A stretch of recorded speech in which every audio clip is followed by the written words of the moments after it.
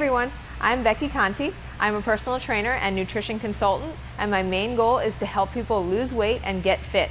In each of my videos, I usually will read and answer one of your personal weight loss questions that you send me through BeckyConti.com, but today I'm fortunate enough to be here with Major League Baseball Hall of Fame pitcher Jim Palmer.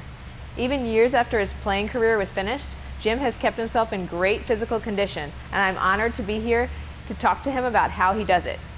Jim gave up some of his time today to tell us a little bit about what good quality nutrition and consistent workouts have done for his phenomenal baseball career and for his life after baseball. Hi Jim, thank you for being here today. You've had tremendous success throughout your career in baseball. Did good nutrition play a role in your performance out in the field?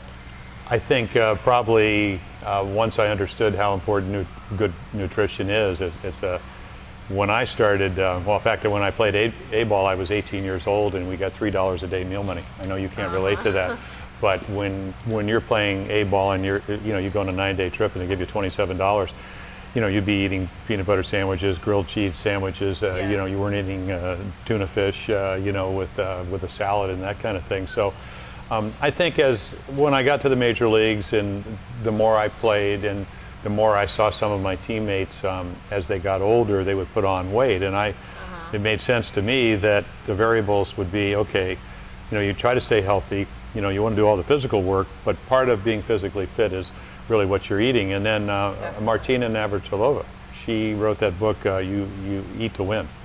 And it talked about eating carbs and, and of course now that we've gone into another stage where they have to be good carbs and things like that. So, I mean, I used to eat pancakes for breakfast, and my nickname is Cakes, but that was part of eating also eggs and, orange juice and fruit and things like that. So it took me a while, but, now that I'm older, I know if you want to be in shape, you have to eat in moderation, you have to eat at the right time of the day, and you really have to watch what you eat. Yeah, so that's what I was going to ask you now. Since you've been able to maintain such great shape, since you stopped playing baseball, how did you change your diet to accommodate your present lifestyle? Well, I think I just, when you take that fork or you reach for something, you got to realize what you're eating. And when you go to the grocery store and you're buying what you're eating. Now, a typical breakfast, probably in the old days, would be eggs, pancakes. Now I get Greek yogurt. I usually have some almonds and some walnuts, and I have I cut up some strawberries and blueberries, or I make a protein shake with a banana, with some peanut butter, with the strawberries, blueberries, egg whites, things like that. If I eat bread, it's going to be whole wheat bread. I used to have a friend of mine who's now publisher of the Seattle Times. I used to have to bring whole wheat bread over to his house when we were growing up in Arizona when we went to high school because he loved white bread. And he was a little guy, and he played football, but I think you just have to really what you eat, and it just doesn't happen by accident. Yes, I agree. You were undoubtedly very consistent on a very consistent workout regimen when you were playing. So what are the differences between when you were playing and your workout regimen now? Well, the great thing about playing was that when I went to the ballpark, and if you think of the baseball season, it's 162 games, and back then we used to kind of pitch every fourth day. So when you were going to the ballpark, you knew that was from 4 o'clock to 6 o'clock. There was 2 hours where you could do everything you could to be in shape to pitch it that every fourth day. And I played for Cal Ripken Sr., who was Cal's dad. And, he talked about work ethic. And, we always talk about the Oriole way. But the one thing I learned from Cal is that, number one, the reason we play baseball is because of the fans. And the other thing was you never want anybody to outwork you. So you had that 2-hour window where every day, what am I going to do to get in better shape or maintain the shape I'm already in? And, here in Baltimore, of course, it was working outside in the summer. We know how hot it can be. Yeah. But, now I think, and for anybody, I think one of the hardest things, even when I played, in the winter, you'd cross-train. You'd play racquetball, you'd play basketball, you'd play tennis, you'd go running. And, my youngest daughter, Kelly, we'd be watching the Colt game, and halftime, Kelly and I'd go out when she was 6 years old, and we'd run 3 miles. And she could almost make it. Now she runs marathons. But the hardest thing, I think, for anybody is to wake up in the morning and force themselves to do that workout.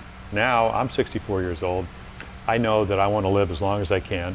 When I played, obviously, it was because I wanted to win 20 games. I wanted to play in World Series. But I think as you get older, I think the most important thing is to say, okay, do I want to live as long as I can? Genetics has a lot to do with that. But I mean, I used to weigh 212 pounds when I first came to the major leagues, and my diet was horrible. And I got down to about 192 pounds. Yeah, you look great. Yeah, and now I probably weigh a little bit more because I probably lift more weights, and I'm a little bit older. But you know, I bike, I do all the kind of things. But the hardest thing I think for people is to get out the door, and I don't care what you do, whether you go to work, instead of taking the elevator, walk the stairs. They're just little things you can do, right? You know, when you're sitting in a seat, try to contract your abs. I mean, they're just little things you can do, and I think generally it just makes you, when you look in the mirror, and you know, self-image is real important. Yes. It makes you feel better about yourself. Yes, definitely. And last question, Jim, do you have any tips for anyone looking to get in as good a shape as you are? Well, I mean, I think I'm pretty good shape. You know, it's funny, I see people at the ballpark, Becky, and they go, gee, you look like you can pitch now. I said, no, I can play golf. I think, you know, the tip is that it's about you. I mean, it's about the people. What do you want to do with your life? I mean, if you want to get thinner, you know, I always talk about how people are on the tomorrow diet. You know, oh, I'm going to start by tomorrow, or I'm going to start running tomorrow. Well, you know, you find, you know, a month later you haven't done anything. And you know, I have a lady that runs a restaurant, and the girl that works at the restaurant says, boy, I really want to work out. So that was back in April. So I saw her the other night, and I said, are you working out? She goes, no. I said, well, summer's over.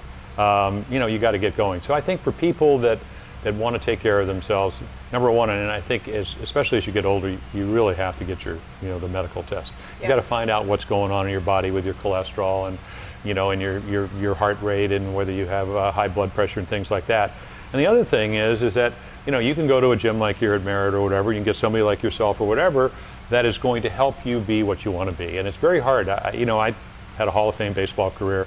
You know, I played for the right organization, but I never would have been the players if it hadn't been for the Cal Ripken Seniors or the Ray Millers or the George Bambergers, who were my pitching coaches, because they allowed me to do that. So, you know, you got to join a gym. You got to find somebody that you can trust.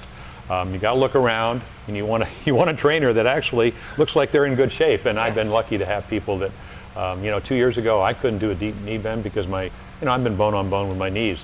My knees are better. I feel better walking, exercising, getting up in the morning. Such a difference. Yeah, it really does. So, you know, those are just little toughs. But you know, I think everything you do, you got to do it in moderation. And again, you are what you are. I mean, it's just not going to happen by accident. Yes. Well, great. Thank you so much for being here today, Jim. And I really appreciate your input and your insight, and I'm sure you're inspiration to a lot of people out there. Well, you know, again, you just don't do all this stuff by yourself. So, you know, you just have to trust people. And, you know, and it's funny when people go, well, why did you have great success? You know, I played for the Orioles. I played on some of the greatest teams ever.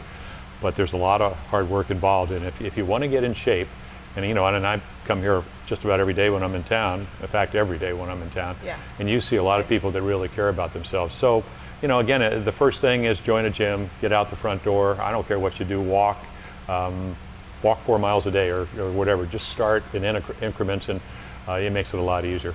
Yes, very good advice. Well, good. Good luck with you. Thank you very much. Okay, you're welcome.